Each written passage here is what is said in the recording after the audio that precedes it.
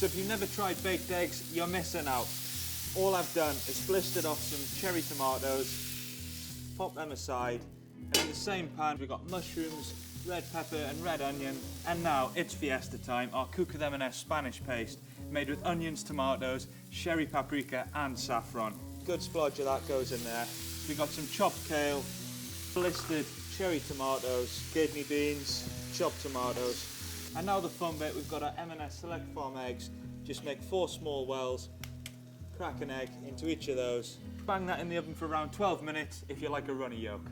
All the flavours and colours of Spain in a pan, crumble on some feta cheese, and that's how I cook with M&S. Recipe on screen now, over to you.